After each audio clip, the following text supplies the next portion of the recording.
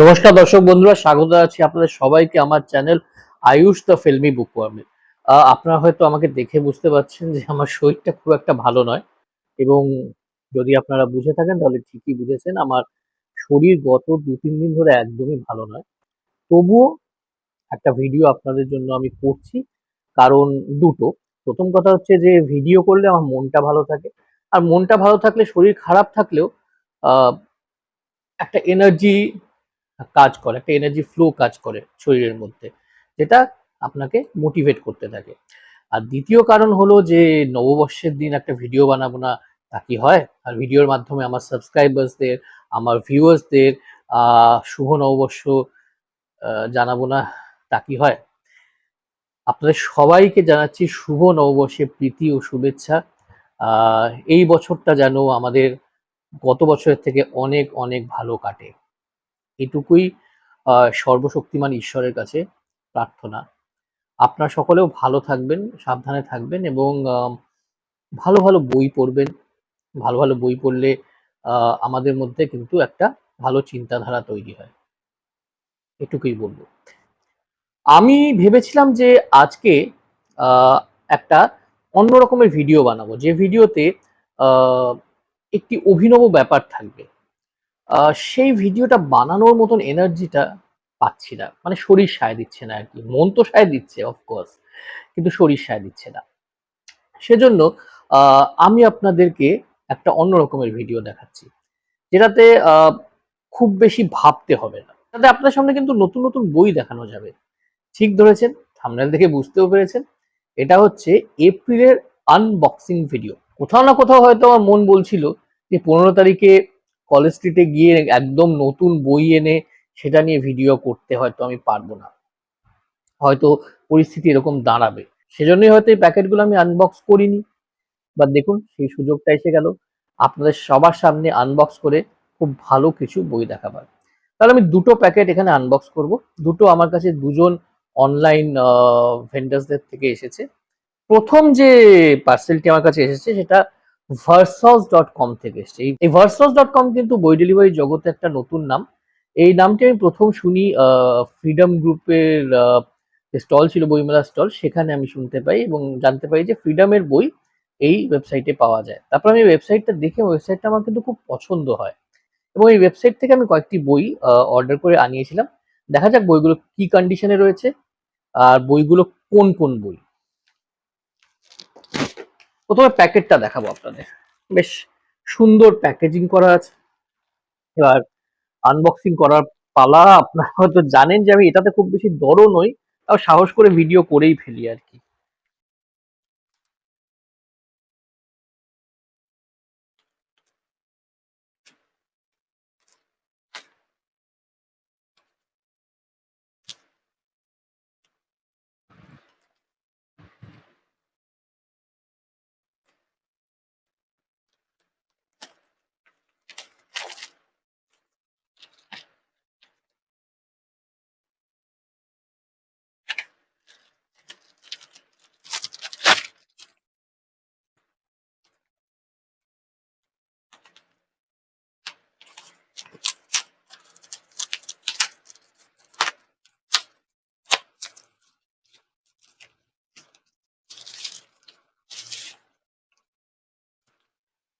একেবারে 3 layer packing কিন্তু।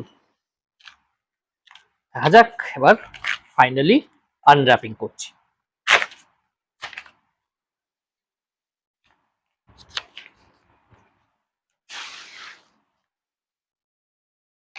Finally আনর্যাপিং করে ফেলেছি। দেখা যাক বইগুলো কি কি। প্রথম যে বইটি, সেই বইটি হচ্ছে ছায়াকল্প। এটি লিখেছেন তন্দ্রা বন্দ্যোপাধ্যায়। আহ, এটি বেরিয়েছে ফ্রিডম গ্রুপ থেকে, এবং এই বইটির মুদ্রিত মূল্য হচ্ছে 349 টাকা, 349 রুপিস। বেশ সুন্দর বাঁধাই, আর খুব সুন্দর একটা প্রচ্ছদ প্রচ্ছদ এবং অলঙ্করণ করেছেন কবিতা চন্দ, এবং উৎসর্গ করা হয়েছে বন্ধু ও শুভানুধ্যায়ী দীপঙ্কর দা ও বন্দনা বৌদিকে, এবং পরিবার, বন্ধু ও পাঠকদের একটা কৃতজ্ঞতা জানানো হয়েছে। তন্দ্রা বন্দ্যোপাধ্যায়ের সঙ্গে আমার পরিচয় ওনার একটি ফ্যান্টাসি উপন্যাস দিয়ে, যে বইটার সৈকত মুখোপাধ্যায় মানে সৈকতদা খুব প্রশংসা করেছিলেন। বছর ২ আগে বইটি বেরিয়েছিল। বইটি জয়ঢাক প্রকাশনা থেকে বেরিয়েছিল। তারপর থেকে আমি তন্দ্রা বন্দ্যোপাধ্যায়ের বেশ কিছু বই, আ বেশ কিছু গল্প নানা পত্র-পত্রিকায় পড়েছি এবং একটা জিনিস রিয়ালাইজ করেছি যে উনি কিন্তু এ যুগের, আ আমি একেবারেই বাড়িয়ে বলছি না। উনি কিন্তু এ যুগের সবচেয়ে শক্তিশালী লেখিকাদের মধ্যে একজন। আর আমি একদমই বাড়িয়ে বলছি না। আ উনি যেভাবে, যে ফরম্যাটে, যে ধরনের গল্প লেখেন, আ সে ধরনের গল্প এত সাবলীলভাবে আর কেউ এখন লিখতে পারছেন বলে আমার জানা নেই। তো সব বই পড়ার আমার ইচ্ছে রয়েছে, বিশ্বাস করুন। এতটাই ভালো উনি লেখেন। ওনার বই আমার এতটাই পছন্দ। এখানে যা রয়েছে এই ছায়াকল্প আ বইটিতে, এই বইটিতে বেসিক্যালি অনেকগুলো আ অলৌকিক গল্প রয়েছে। আ ১৫ টি গল্প রয়েছে। গল্পগুলোর আপনাদেরকে এখানে একটি সূচিপত্র দিয়ে দেব। ১ম গল্পের নাম হচ্ছে ছায়ার গল্প এবং এর সঙ্গে বেশ কিছু দারুণ, দারুণ ইলাস্ট্রেশন রয়েছে। উদাহরণ হিসেবে আপনি এই ইলাস্ট্রেশনটা দেখতে পারেন। দারুণ, দারুণ সব ইলাস্ট্রেশন রয়েছে এবং ফ্রিডম কিন্তু সত্যি ভীষণ ভালো কাজ করছে। আ এর বাঁধাই ছাপা অত্যন্ত উচ্চমানের। আ অলঙ্করণগুলো খুব সুন্দর। প্রচ্ছদের কথা তো আগেই বললাম। ব্যাক কভারটাও ভীষণ সুন্দর। খুব অ্যাপিলিং। এটা হলো ১ম বই। দ্বিতীয় যে বইটা, সে বইটা আমি একজনকে উপহার দেব বলে আনিয়েছি। কিছুদিনের মধ্যে আমি ওনাকে কুরিয়ার করে দেবো। আমার একজন খুব ঘনিষ্ঠ বন্ধু। আ বইটি হচ্ছে দীপিকা মজুমদারের 'বিষের বিষাদ'। প্রশ্ন করতেই পারেন যে আপনার তো বিশাল বড় মন, এত ভালো একটি বই আপনি উপহার দিয়ে দিচ্ছেন। তাহলে বলে রাখি যে এই বইটি আমার আগেই সংগ্রহ করা আছে এবং এই বইটি উল্টে পাল্টে দেখে আমার বন্ধুটির ভীষণ পছন্দ হয়েছিল। সেজন্য আমি ওনাকে এটা উপহার হিসেবে দিচ্ছি। আ এই 'বিষের বসান' বইটি একটু অন্যরকম। এর মধ্যে যে উপন্যাসগুলো রয়েছে তাতে বিষের একটি ভূমিকা রয়েছে। আ বায়ো থ্রিলার রয়েছে, ইনভেস্টিগেটিভ থ্রিলার রয়েছে, নানা রকম থ্রিলার এর মধ্যে রয়েছে। গল্পও রয়েছে ৩ টি এবং উপন্যাস হয়েছে ১ টি। ৩ টি গল্পের নাম হচ্ছে 'বিষ', 'ফল্গু', 'বিষান্তক', 'বিষের বিষাণ' এবং 'বিষ বিহঙ্গ'। অন্তরীপ পাবলিকেশন থেকে এই বইটি বেরিয়েছে এবং এই বইটির মুদ্রিত মূল্য ৳৩২৫। প্রচ্ছদ হচ্ছে রাকেশ কুমার বিশ্বাসকে এবং বইটি লেখিকা তার স্কুলের সহপাঠী এবং শিক্ষিকাদের উৎসর্গ করেছেন। যেটা আমার খুবই ভালো লেগেছে। দীপিকা মজুমদারের লেখার আমি একজন ভক্ত বলেই বলতে পারেন। তো আ এরকম একটা বই কাউকে উপহার দিয়েও আনন্দ। এরপর যে বইটি আমি আনিয়েছি ভার্সস থেকে, ইটস আ ভেরি ইন্টারেস্টিং বুক। ভীষণই ইন্টারেস্টিং একটি বই। যে বই থেকে একটি কালজয়ী সিনেমা হয়েছে বাংলায় এবং আরেকটি কালজয়ী সিনেমা হয়েছে হিন্দিতে। তারও আগে ৪০ এর দশকেও এর থেকে একটি সিনেমা হয়েছিল। বইটি হচ্ছে উপেন্দ্রনাথ গঙ্গোপাধ্যায়ের লেখা 'ছদ্মবেশী'। আ কাভারেই দেখতে পাচ্ছেন ছদ্মবেশীর সেই উত্তম কুমার ড্রাইভারের বেশে আর সেই গাড়িটিও রয়েছে। মিত্র ঘোষ থেকে বইটি প্রকাশ করা হয়েছে এবং এর প্রচ্ছদ এঁকেছেন সুব্রত মাঝি। এর মুদ্রিত মূল্য হচ্ছে ৳১৫০। এবার অ্যাডাপ্টেশনটা আমি অনেকবার দেখেছি, প্রচুর হেসেছি এবং হাস্যরসের বই আমার কালেকশনে খুব বেশি নেই। সেজন্য আ এই বইটি কেনার কারণ দুটো। ১ম কারণ হচ্ছে যে মানে বইটির সঙ্গে সিনেমার কতটা ডিফারেন্স, কতটা পার্থক্য রয়েছে সেটা আমি পড়ে দেখতে চাই এবং দ্বিতীয় কারণটি হচ্ছে আ এখনকার জীবনে এত টেনশন যে হাস্যরসের খুব অভাব। একটু হাসতে চাই। সিম্পল। এরপর যে বইটির কথা আমি বলব, এই বইটির অনেক রিভিউ দেখেছি, পড়েছি, বইটির ব্যাপারে অনেক শুনেছি। এটি একটি গ্রাফিক নভেল এবং নভেলটির নাম হচ্ছে 'আজ থেকে ক্লাস শুরু'। আ এর লেখক হচ্ছেন শঙ্খ শিবপুরী এবং প্রতিক্ষণের কমিক্স ডিভিশন মানে প্রতিক্ষণ কমিক্স থেকে এটি বেরিয়েছে। বইটির দাম ৳২০০। যেটা আমার কিঞ্চিৎ বেশি বলে মনে হয়েছে কিন্তু হয়তো কমিক্সটার মানই এতটা উঁচু আ যে দামটা এতটা বেশি রাখা হয়েছে। আ আমি ঠিক জানি না এতটা দাম কেন রাখা হয়েছে। কিন্তু যাই হোক কারণ বইটা পাতলা। বইটার পৃষ্ঠা সংখ্যা ওই মানে খুবই কম আরকি। এক্সাক্টলি দেয়া নেই কিন্তু বইটি পাতলা বই আরকি। এখানে শঙ্খ শিবপুরী মানে আ যিনি এটার স্রষ্টা মানে এঁকেছেন, লিখেছেন তার একটা ব্রিফ পরিচয় দেয়া হয়েছে। শঙ্খ আ শিবপুরী সারনেমটা খুব মজার। সেটা হচ্ছে যে উনি ওনার বাড়ি হাওড়ার শিবপুরে, তাই উনি শিবপুরি, মানে শিবপুরের বাসিন্দা, তাই শিবপুরি। সেভাবে ওনার সারনেমটা।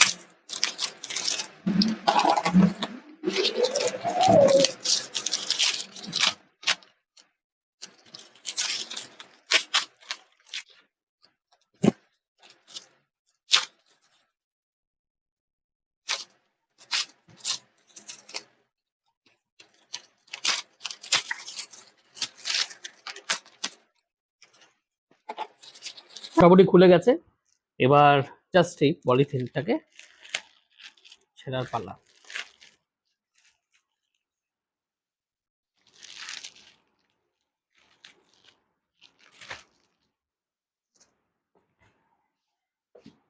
এখানেও 4টে বই রয়েছে।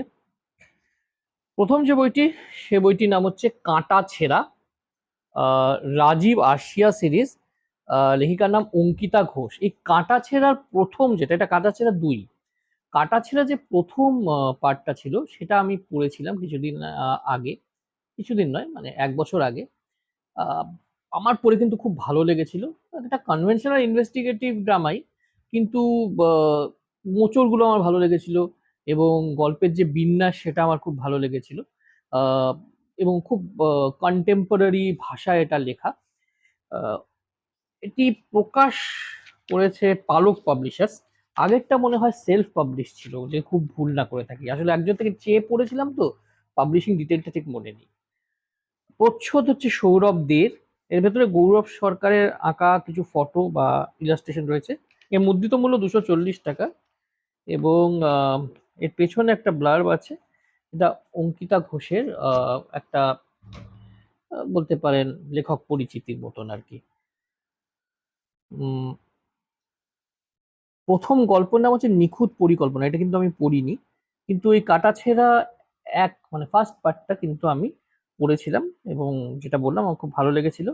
নিচে ইংরেজিতে এটা বিষয় লেখা হচ্ছে যে it's a Bengali forensic thriller, মানে ফরেন্সিকের একটা খুব গুরুত্বপূর্ণ ভূমিকা এই উপন্যাসে রয়েছে বলে আমার মনে হয়। এর ভেতরে আমাকে একটা বুকমার্ক দেওয়া হয়েছে, যিনি অনলাইনে পাঠিয়েছেন শুভম সাহা, সেখান থেকে বই প্রেমিকের একটি খুব সুন্দর বুকমার্ক, কিউট বুকমার্ক। সেখানে সমরেশ মজুমদার একটা কোট রয়েছে যে বয়সের অনেক দোষ, কথা বলার ইচ্ছে বাড়ে অথচ লোক কমে যায়। খুব সত্যি কথা এটা। এই বইটি পড়ে আপনাদের জানাবো বইটি কেমন লাগে। এরপর যে বইটি আপনাদের দেখাবো সেটা হচ্ছে জিঘাংশী, লেখকের নাম অভিক দাস। এই লেখকের আমি খুব নাম শুনেছি, যে এনার গল্পগুলো নাকি ভীষণ ভয়ের এবং খুব অন্য রকমের, হররে খুব অন্য রকমের লেখা, যথেষ্ট ঝুঁকির কাজ, এবং সবাই অন্য রকমের ভূতের গল্প, যেটা কোট আনকোট বলা হচ্ছে, সেটা লিখতে পারেন না। তো সেই আগ্রহ থেকেই মূলত এই বইটি কেনা। বইটি ক্যাফে টেবিল প্রকাশ করেছেন, এবং এটি, যেটা বললাম, এটা ভৌতিক গল্প সংকলন। আহ, এর প্রচ্ছদ এঁকেছেন স্বর্ণাভ বেরা, এবং এর মুদ্রিত মূল্য হচ্ছে 250 টাকা বা 250 টাকা। আহ, বেশ ভয় জায়গা নিয়ে প্রচ্ছদ, এবং এর গল্পগুলোর নাম আমি এখানে দিয়ে দেব। জিঘাংশী, মেহেন্দি, পোর্ট্রেট, নিকুঞ্জ কুঠি, মোহিনী, শেষ গন্তব্য। এটি বইমেলায় বেরিয়েছিল। এটার ব্লার্বটা আপনাদের পড়ে শোনাচ্ছি, তাহলে গল্পগুলো কি ধরনের আপনাদের একটা আইডিয়া হবে। অকশন হাউস থেকে নিলামে চড়া দামে একটি পোর্ট্রেট বিক্রি হয়ে আসে মুখার্জি ভিলায়। পোর্ট্রেটে এক অজানা মেম সাহেবের আঁকা ছবি যেন জীবন্ত। সেই ছবি সকল বয়সী পুরুষকে শারীরিক ও মানসিকভাবে আকর্ষণ করে। পোর্ট্রেট মুখার্জি ভিলাতে আসার পর থেকেই ঘটে চলে একের পর এক নৃশংস ঘটনা। কে এই মেম সাহেব? পরাধীন ভারতে কি ঘটেছিল তার সঙ্গে? ইতিহাস, অলৌকিক, যৌনতা, খুন, রোমাঞ্চ, রক্তের সংমিশ্রণে রাঙানো কাহিনী পোর্ট্রেট। জনমানবহীন এক সমুদ্রতটে মধ্যরাত্রে দলছুট দুই বন্ধুর ভাগ্যের জোরে জুটে যায় রাত কাটানোর জন্য একটি গেস্ট হাউস। সেখানে তাদের আতিথেয়তায় কোনো ত্রুটি ছিল না। রাত্রে খাবার পরে একটি ঘরে তাদের থাকার ব্যবস্থা করা হয়, কিন্তু ওদের পাশের ঘরে দীর্ঘ সময় ধরে অপেক্ষারত এক জিঘাংসী। তার অপেক্ষায় কি এখানে ইতি? এরপর এরকম অসংখ্য প্রশ্নের উত্তরের সমাধান রয়েছে ভৌতিক অলৌকিক রহস্যের সংকলন জিঘাংসীর প্রতিটি কাহিনীর অন্তরে। আহ অভিক দাসের একটা লেখক পরিচিতিও এখানে দেওয়া রয়েছে।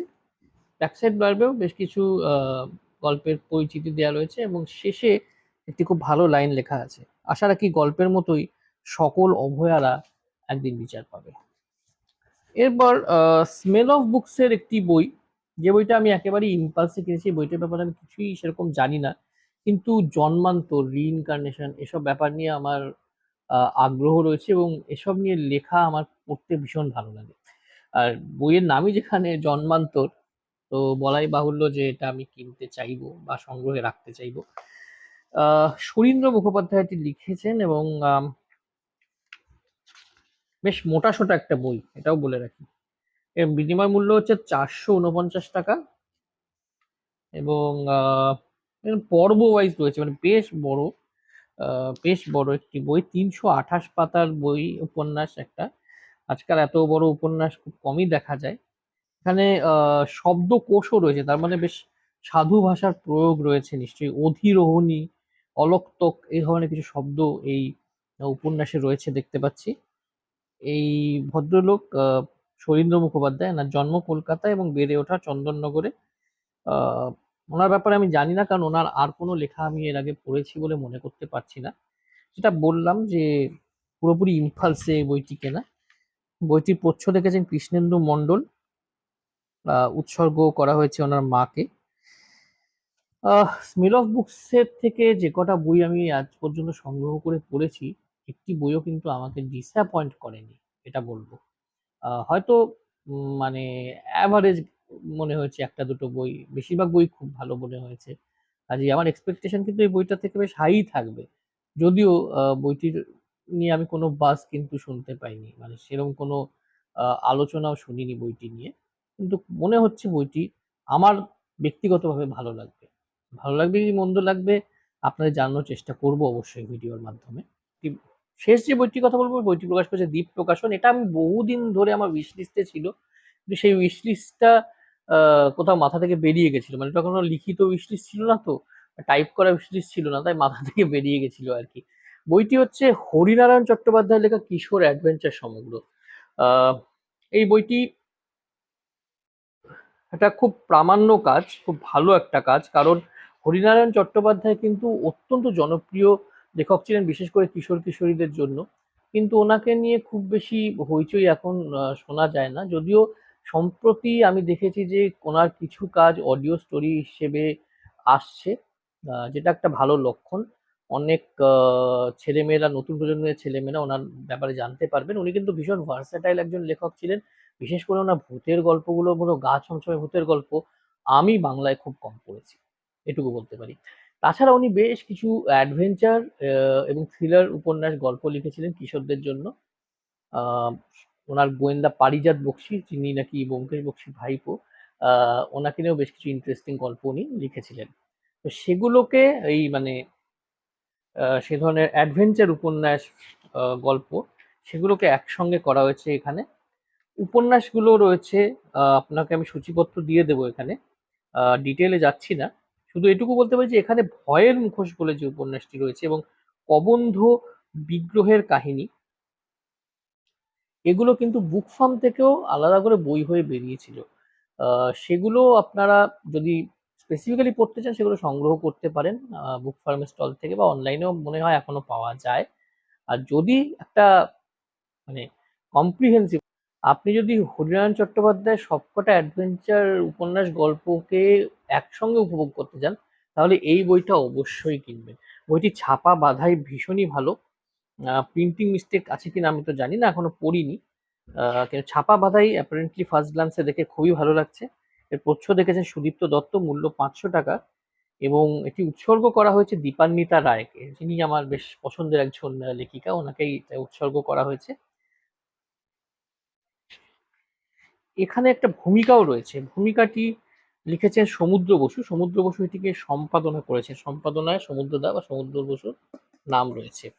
এবং সমুদ্র বসু কিন্তু খুব রিসার্চ করে, প্রচুর খুঁজে পেতে রেয়ার জনপ্রিয় উপন্যাস মিলিয়ে ওনার বইগুলো সম্পাদনা করেন। আমার ব্যক্তিগতভাবে পড়তে সেগুলো চমৎকার লাগে। মানে শিশু কিশোর সাহিত্য নিয়ে উনি যে গবেষণা করতেন, যে কাজ করছেন, সত্যি প্রশংসা, মানে প্রশংসা দাবি করে আর কি। তো এটা ছিল আমার শেষ বই। আনবক্সিং করে এই কটি বই আপনাদের দেখালাম। অবশ্যই বইগুলোর পরিচয় পেয়ে আপনাদের কেমন লাগলো অবশ্যই জানাতে ভুলবেন না। আর আনবক্সিং করলাম সবসময় যেমন করে করি একটু আনাড়ি হাতে। তো ওটা একটু ক্ষমাজ্ঞানা করে দেবেন আরকি। এটুকুই বলব। আর শরীরটাও খুব একটা জুতের নেই। কাজেই খুব আ নিপুণ হাতে করতেও পারলাম না হয়তো। তবে আ এই চটজলদি করা ভিডিওটা আপনাদের কেমন লাগলো জানাতে কিন্তু ভুলবেন না। অপেক্ষায় থাকবো। সাবধানে থাকবেন, সুস্থ থাকবেন, ভালো থাকবেন। আ এরপরে যে দুটো ভিডিও আসবে, সেই দুটো ভিডিওর টপিক কিন্তু খুব ইন্টারেস্টিং হতে চলেছে। একটা হচ্ছে আমার কিছু বৃহৎ আকারের বন্ধুদের নিয়ে। কি সেটা বলছি না। একটা হিন্ট দিচ্ছি। তারা কারা? সবচেয়ে ভালো বন্ধু মানুষের কি হয় বলুন তো? বুঝতেই পারছেন। যাই হোক। আ ২য় যেটা ব ভিডিও হবে, সেই ভিডিওটা একটা কম্পারেটিভ অ্যানালিসিস ভিডিও হবে। দুটো সাহিত্য কীর্তির। সেটা কি ধরনের হবে, কি হবে সেটা ডিটেইল নিয়ে পরে আসছি। এখন নয় সারপ্রাইজই থাকলো। ভালো থাকবেন সকলে। শুভরাত্রি।